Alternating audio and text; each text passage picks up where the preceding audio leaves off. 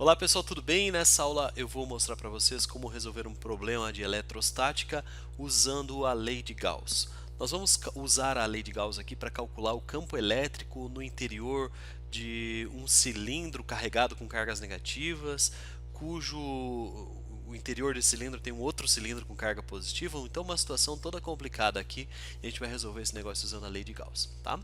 Esse é um problema da disciplina de eletromagnetismo da faculdade onde eu leciono. Ela é uma faculdade do grupo Croton, então provavelmente vai ter muita gente passando por aqui que também estuda em alguma outra instituição da Croton e que terá que resolver esse mesmo problema. Então eu espero que ajude todo mundo, tá? Eu vou ler o enunciado aqui bem com calma para a gente entender o que a gente precisa fazer e para resolver isso aqui. Começa assim, ó. Em um equipamento são colocados dois cilindros de raios 3 e 6 centímetros. Estes cilindros estão eletricamente carregados com uma densidade de carga de 5 e de -7 microcoulombs por metro, tá? Respectivamente. Os cilindros são concêntricos, ou seja, o cilindro menor está posicionado no interior do cilindro maior e ambos compartilham o mesmo eixo. Vocês já vão entender isso na figura, tá?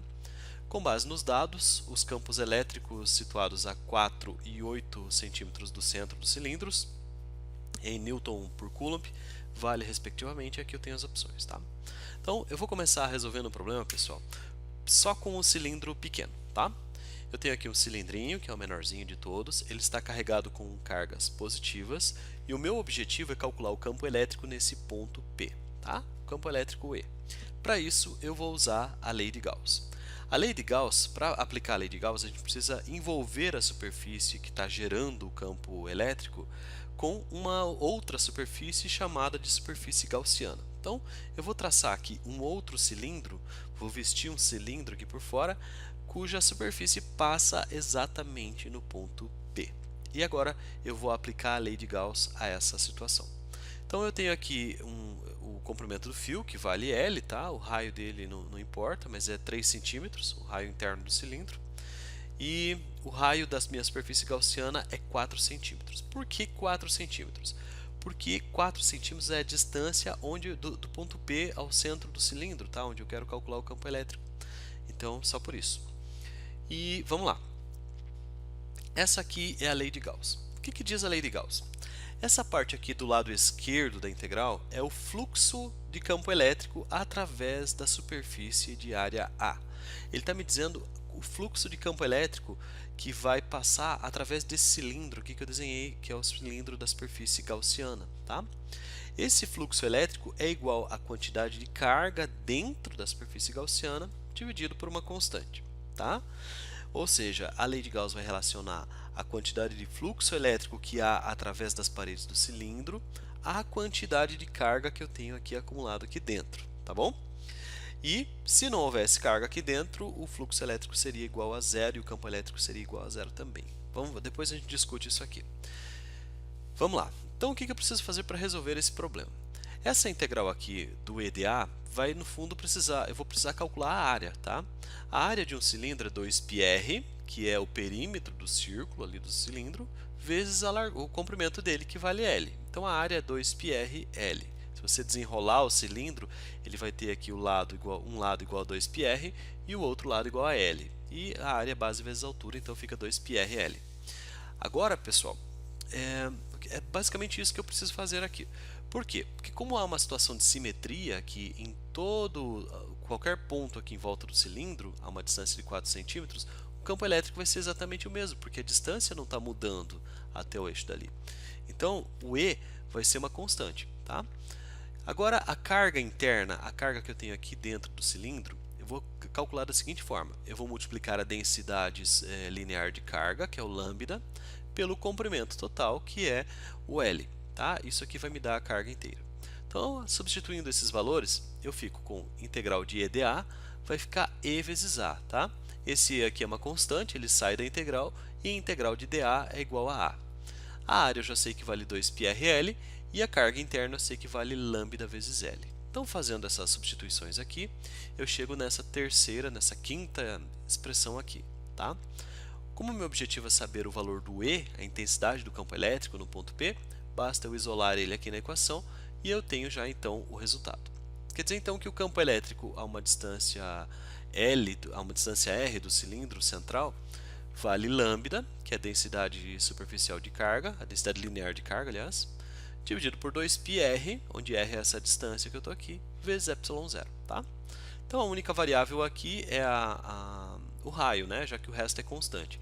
Quanto mais eu me afasto, menor se torna o campo elétrico, tá bem? A gente pode até substituir os valores aqui, tá?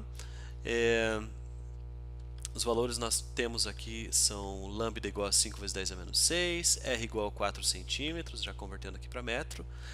O E é a permissividade elétrica do vácuo, que é 8,85 vezes 10 a menos 12. E a fórmula aqui de amarelo que nós chegamos, tá? Então vou só substituir os valores aqui e a gente vai encontrar 2,25 vezes 10 a menos 6 newtons por coulomb. Então esse é o campo elétrico devido a esse ponto. Ok, mas vocês devem lembrar que existia um outro cilindro aqui por fora. Então vamos ver como é que fica a situação. Eu tinha o cilindro interno e com cargas positivas e eu tinha um cilindro externo com cargas negativas. Ele disse lá no enunciado que a densidade de carga desse outro cilindro era menos 7 vezes 10 a menos 6 coulombs por metro, tá? Mas e daí, como é que fica? Eu queria o campo elétrico aqui dentro do ponto P, né? Aqui dentro do ponto P. Como nesse ponto P aqui, esse ponto P era interno, era dentro do cilindro grandão, então olha bem para essa equação aqui, ó. A quantidade de cargas dentro da superfície gaussiana inclui apenas o cilindro pequeno, porque o cilindro grande, ó, deixa eu pegar aqui um negocinho para desenhar, o cilindro grande, ele que tem cargas negativas, ele estaria aqui fora, entendeu? Então, ele estaria aqui fora, essas seriam as paredes. Esse cara aqui tem carga negativa, negativa, negativa, negativa, negativa.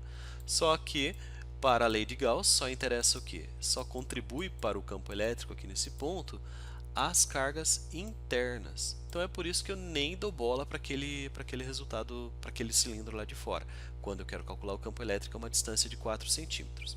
Agora, quando eu quero calcular a distância, uma distância maior, né, que nesse caso acho que agora é, vamos ver aqui, ó, eu tenho aqui os dois cilindros e eu quero calcular a uma distância de 8 centímetros, tá?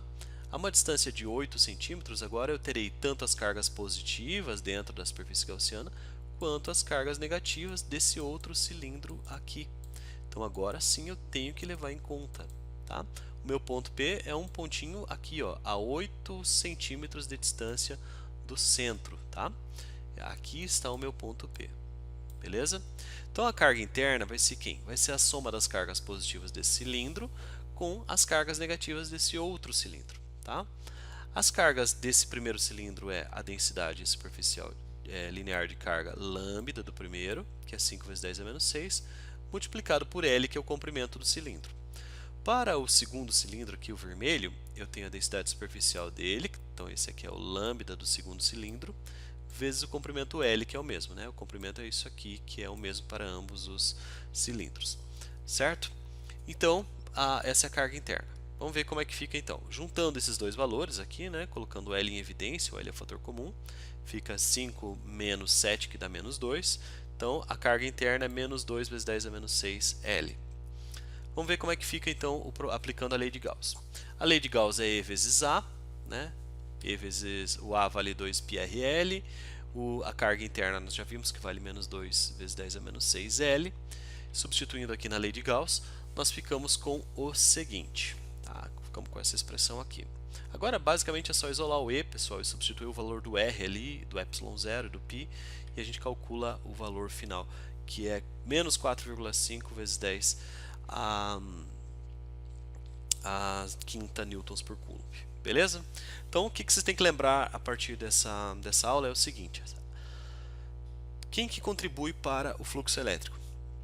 Apenas as cargas que estão dentro da superfície gaussiana, né? As cargas internas. Então você não precisa se preocupar com quem estiver fora dessa área de integração que você está fazendo, tá? É isso que a gente aprendeu com esse problema.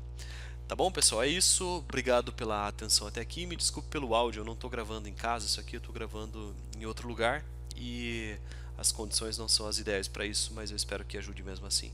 Valeu, um abraço, até mais.